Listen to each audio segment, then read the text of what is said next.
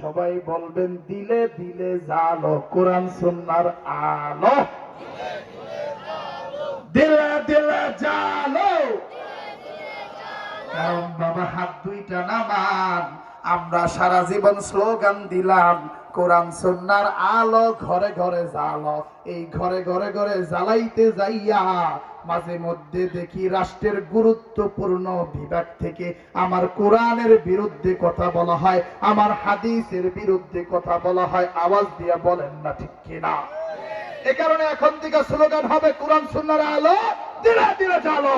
কারণ এই দিল যদি এই লাল সবুজের বাংলা পেরিয়ে ওই ইউরোপ আমেরিকাও যায়, এই দিল থেকে একটাই স্লোগান বের হবে, লা ইলাহা ইল্লাল্লাহ মুহাম্মাদুর রাসূলুল্লাহ। এই দিল থেকে একটাই স্লোগান বের হবে, লিল্লাহে তাকবীর, নারায়ে তাকবীর। কোরআন সুন্নাহর আলো দিলে দিলে জ্বালো, নারায়ে তাকবীর। মাশাআল্লাহ, আমার জমে গেছে না? অনেকক্ষণ শুনলে দেখা যায় কি হাত মাত একটু চাইপা চিপা যায়। তো এই কারণে আবার একটু সবাই নাড়াচাড়া দিয়া দিলাম। বরকত দিয়া দিবেন একজন, তিনি কে?